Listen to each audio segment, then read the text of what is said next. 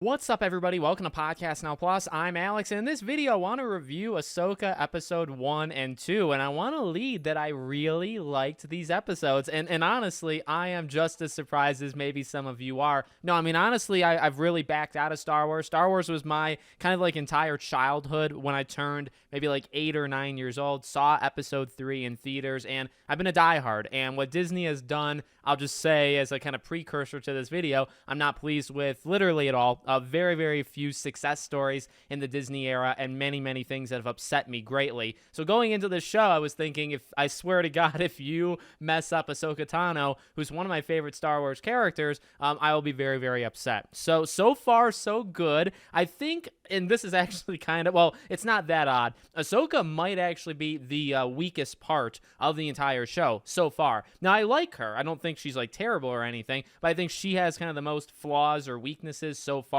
compared to kind of everything else that's going on. I think the cast is extremely good, and I think a lot of them have a lot of personality. You think of Mary Elizabeth Winstead. She does really, really good. The actress who plays Sabine is super, like the reviews had said that, right? Some reviews had said like Ahsoka is kind of like stiff and again, maybe the weakest of that group, but Sabine is kind of like the standout. Yeah, I kind of agree. She's got some spunk. She's got a lot of personality. She's very, very cool. Obviously, she gets well, I won't spoil it entirely, but she gets to show off some action, let's say, in episode 1. The action is good. There was the one early clip of Ahsoka fighting, I think an Inquisitor is what it's supposed to kind of be. He's got the Inquisitor like lightsaber, but there's that clip that was going around. It doesn't really paint the action in the greatest light, but it's only a very small part of even that fight. And the rest of the fights in the show I actually think are quite good. I think Ahsoka's fighting style, obviously, they can't do it like to the extreme. I mean, maybe they can use the excuse that she's older. Maybe she's kind of just like tired of everything.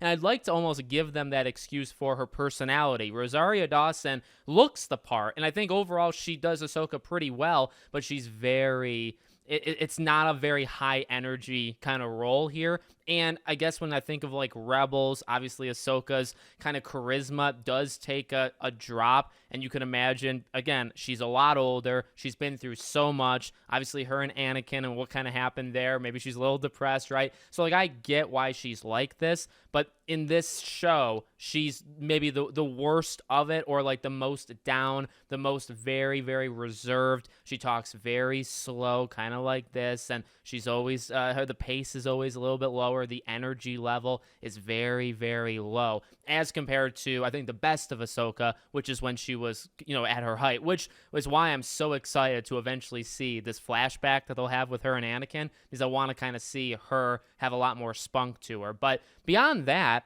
I actually think the show is pretty good. The story is going after a treasure map, which kind of sounds familiar because think of episode 7 and finding Luke. It resembles, I think, that in a lot of ways. Connects to Knights of the Old Republic, obviously connects to Thrawn, this search for not only him, but for Ezra. I like it. I actually think the center plot of what they're doing in the show and kind of splitting off, well, there's not even too many groups that are split off, but I actually really, really like it so far. The pacing, that was a thing that people had said in the reviews, like it kind of starts slow.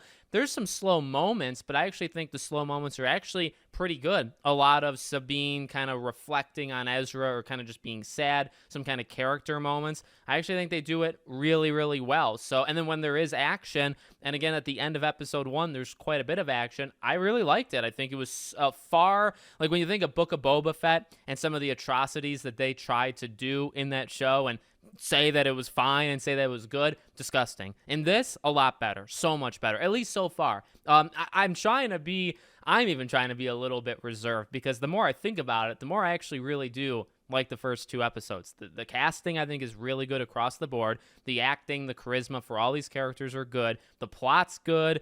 Everything's okay so far. Chopper is awesome as always, right? So like everything's good so far. Please, I think there's maybe 8 episodes in all. Can we please just kind of hold it here? If this is the bar, I don't know if we need to raise it. I think it could be raised kind of organically. I think when Thrawn comes in, I think the bar is going to kind of be raised in terms of the quality. I think if Ezra probably is going to be in like the last episode is kind of what I'm thinking. That would be pretty cool. Well, okay, there's a spoiler there somewhere. I'm just going to kind of leave it. But, there's places where this can get better, a flashback to the Clone Wars, but there's also probably places where this can fall apart, but so far so good. I mean, I honestly think that should be the tagline of the show. So far so good. This isn't, in my opinion, this is not the normal Disney Star Wars. This is much, much, much better than what we've got. Now, okay, I guess I should have said it earlier. I never watched Andor. I know a lot of people really liked it. I'll get around to it eventually. So I guess everything I just said, just remember I didn't see Andor. So I'm judging it against like the trilogy and Book of Boba Fett and Mandalorian and stuff like that. I think this holds up really, really well. So let me know what you guys think in the comments. Make sure as always you're subscribed, bell icon turned on. I hope to see you all on the next one.